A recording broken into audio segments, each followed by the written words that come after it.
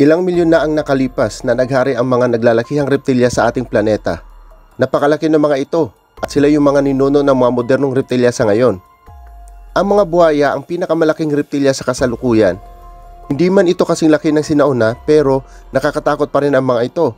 Gaano nga ba kalaki ang pinakamalaking buhayang naitala? Yan ang tatalakayin natin sa video ngayon. Kung bago ka pa lang dito sa channel ko, huwag kang mahiya mag-subscribe at i-click ang notification bell para updated ka sa mga bago ko pang videos. Kaya, arat na!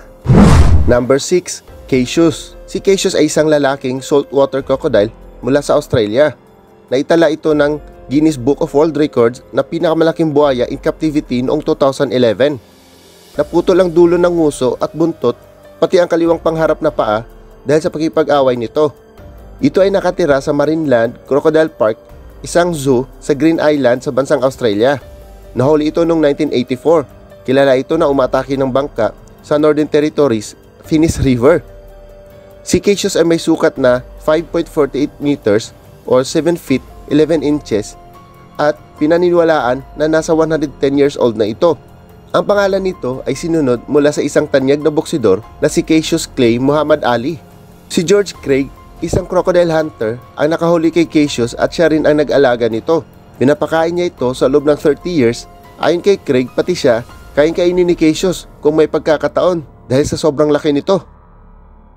Number 5. Otan. Si Otan ay isang hybrid ng saltwater crocodile at Siamese crocodile. Pinanganak ito noong 1964 at ang bigat nito ay umaabot ng 2,000 pounds at 18 feet ang haba. Si Otan ay nagmula sa Samut Prakan, isang crocodile farm sa bansang Bangkok, Thailand.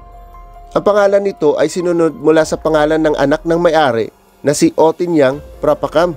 Si Otan ay nakatira sa Alligator Adventure, isang reptile facility sa bansang South Carolina.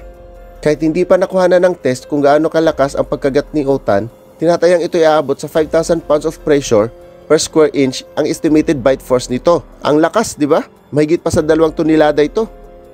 Number 4. Brutus. Si Brutus ay isang saltwater crocodile na may 3 paa. Siya ay parating nakikita sa Adelaide River sa Northern Territory ng bansang Australia. Pinaniniwalaan na nakainkwentro ito ng isang bull shark kaya naputulan ito ng isang paa. Kung totoo man ito, ang tanong, gaano kaya kalaki ang pating na nakainkwentro nito? Si Brutus ay may tansyang 5.60 meters, 18 feet, 4 inches ang haba at 1 tonelada ang timbang nito. Number 3. Gustav. Hindi man ito ang pinakamalaking buhaya na naitala, pero ito ang kinakatakutan ng karamihan sa lugar kung saan ito nanirahan. Si Gustav ay isang napakalaking male Nile crocodile ng Burundi. Tinatayang umaabot na sa 300 katao ang nabiktima nito sa Rusizi River at Lake Tanganyika sa bansang Zimbabwe, Africa. Si Patrice Fay ay isang herpetologist na nagbigay ng pangalang Gustav. Pinag-aaralan at iniimbestigahan niya ito sa mahabang panahon mula pa noong 1990s. Noong 2004 ay ginawan pa ito ng documentary na may pamagat na Capturing the Killer Croc. Ipinapakita dito yung pag-aaral at pag-attempt na hulihin ito. At dahil hindi pa ito nahuli sa panahon na yon, kaya hindi rin natukoy ang saktong sukat at timbang nito. Noong 2002, umabot sa 20 feet, 6 meters ang haba at mahigit 1 tonelada ang bigat nito ayon sa estimated size nila dito. Meron ding nakapagsabi na 25 feet, 7 meters ang haba nito. Noong unay inakala nilang nasa 100 years old na itong si Gustav dahil sa sobrang laki nito. Pero saktong nakuhanan ng kamera at kitang-kita kumpleto pa ang mga ipin nito. Kaya ayon sa mga experts, dapat bungal na sana ang mga ipin nito kung ito 100 years old na. Kaya tansya nila, hindi pa ito maabot ng 60 years old ang edad nito at ito'y patuloy pa rin na lalaki. Number 2. Dominator.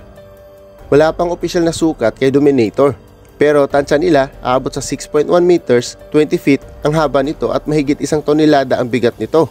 Pareha silang matatagpuan ni Brutus sa Northern Territory sa bansang Australia. Number 1. Lolong.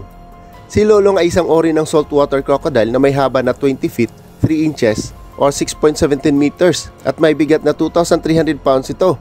Opisyal na tinanghal si Lolong sa Guinness Book of World Record na isang world's largest crocodile in captivity noong 2002.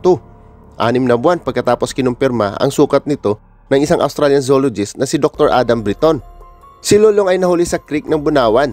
probinsya ng Agusan del Sur, Philippines, noong September 3, 2011. Umaabot sa 3 linggo ang paghahanap kay Lolong at nung nahuli na ito, 100 katao ang nagtutulungan para hilain ito papunta sa lupa. Naging agresibo ito ng ilang beses nung mahuli at 2 beses pang naputol ang pagkatali dahil sa sobrang lakas bago pa nila ito tuluyang na-secure. Tansya nila nasa 50 years old na itong si Lolong. Sana'y nagustuhan mo ang topic natin ngayon. Huwag kalimutan mag-subscribe at i-click ang notification bell para lagi kang updated sa mga bagong video na katulad nito. Maraming salamat and see you on my next video.